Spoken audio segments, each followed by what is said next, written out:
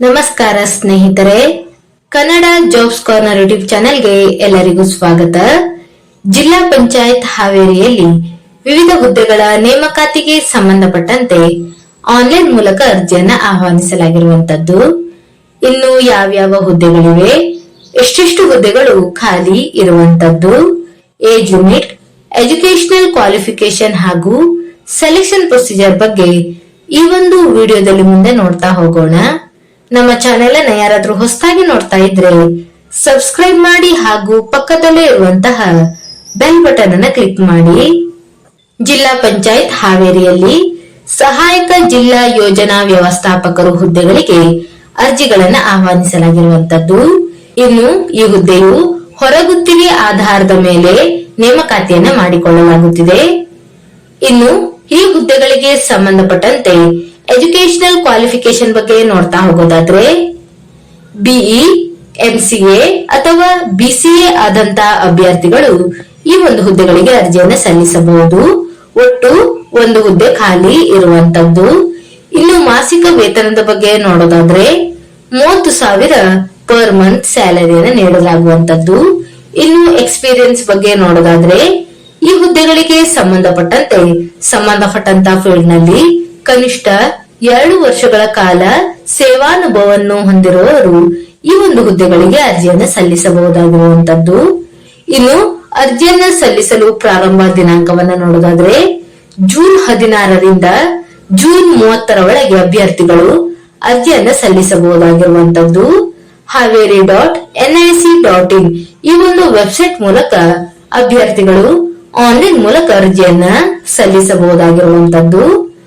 ಇನ್ನು ಈ ಹುದ್ದೆಗಳಿಗೆ ಸಂಬಂಧಪಟ್ಟಂತೆ ಡಾಕ್ಯುಮೆಂಟ್ ವೆರಿಫಿಕೇಶನ್ ನಡೆಸುವಂತಹ ದಿನಾಂಕ ಮತ್ತು ಸ್ಥಳದ ಬಗ್ಗೆ ನೋಡೋದಾದ್ರೆ ಜುಲೈ 10 ಬೆಳಿಗ್ಗೆ 10:30ರಿಂದ ಸಂಜೆ 5:30ರವರೆಗೆ ಡಾಕ್ಯುಮೆಂಟ್ ವೆರಿಫಿಕೇಶನ್ ಅನ್ನ ನಡೆಸಲಾಗುವಂತದ್ದು.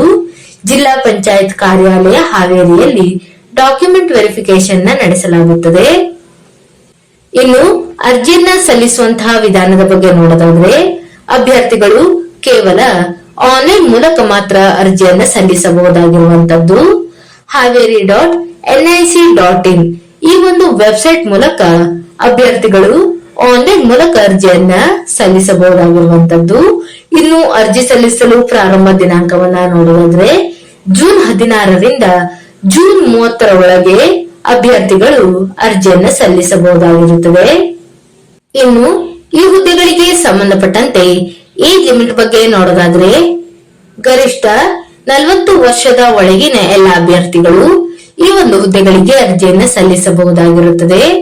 ಇನ್ನು ಅಭ್ಯರ್ಥಿಗಳು ಅರ್ಜಿಯನ್ನ ಸಲ್ಲಿಸುವಂತಹ ಸಂದರ್ಭದಲ್ಲಿ ಯಾವ್ಯಾವ ದಾಖಲೆಗಳನ್ನ ಅಪ್ಲೋಡ್ ಮಾಡಬೇಕು ಅಂತ ನೋಡೋದಾದ್ರೆ ಅಭ್ಯರ್ಥಿಗಳು ತಮ್ಮ ಸಹಿಯೊಂದಿಗೆ ದೃಢೀಕರಿಸಿದಂತಹ ಇತ್ತೀಚಿನ ಭಾವಚಿತ್ರವನ್ನ ಅಪ್ಲೋಡ್ ಮಾಡಬೇಕು. ಇದು ಜೆಪಿಜಿ ಫಾರ್ಮ್ಯಾಟ್ ನಲ್ಲಿ ಅಪ್ಲೋಡ್ ಮಾಡಬೇಕಾಗಿರುತ್ತದೆ. ಇನ್ನು SSLC ಅಂಕಪಟ್ಟಿಯನ್ನು ಸಹ ಅಪ್ಲೋಡ್ ಮಾಡಬೇಕು.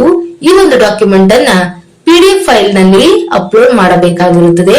ಇನ್ನು ಶೈಕ್ಷಣಿಕ ವಿದ್ಯಾರ್ಥಿಗೆ ಸಂಬಂಧಪಟ್ಟಂತೆ ಎಲ್ಲಾ ಸೆಮಿಸ್ಟರ್ಗಳ ಅಂಕಪಟ್ಟಿಯನ್ನ PDF ಫಾರ್ಮ್ಯಾಟ್ ನಲ್ಲಿ ಅಪ್ಲೋಡ್ ಮಾಡಬೇಕು ಹಾಗೂ ನಮ್ಮ ಒಂದು ಎಕ್ಸ್ಪೀರಿಯನ್ಸ್ ಗೆ ಸಂಬಂಧಪಟ್ಟಂತಹ ದಾಖಲೆಗಳನ್ನು ಸಹ PDF ಫಾರ್ಮ್ಯಾಟ್ ನಲ್ಲಿ ಅಪ್ಲೋಡ್ ಮಾಡಬೇಕಾಗಿರುವಂತದ್ದು.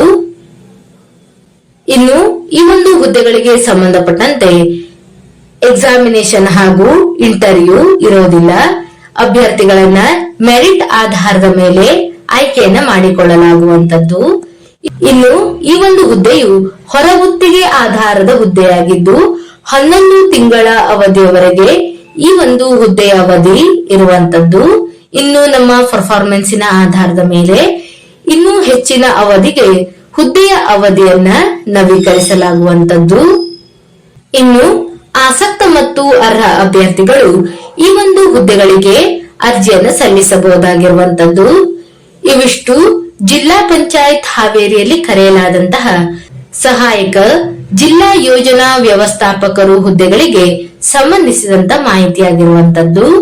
ಈ ಒಂದು ವಿಡಿಯೋ ನಿಮಗೆ ಇಷ್ಟವಾಗಿದ್ದಲ್ಲಿ ಒಂದು ಲೈಕ್ ಮಾಡಿ, ಶೇರ್ ಮಾಡಿ ಹಾಗೂ ಸಬ್ಸ್ಕ್ರೈಬ್ ಮಾಡಿ. ಜೊತೆಗೆ ಪಕ್ಕದಲ್ಲೇ ಇರುವಂತಹ ಬೆಲ್ ಬಟನ್ ಅನ್ನ ಕ್ಲಿಕ್ ಮಾಡಿ.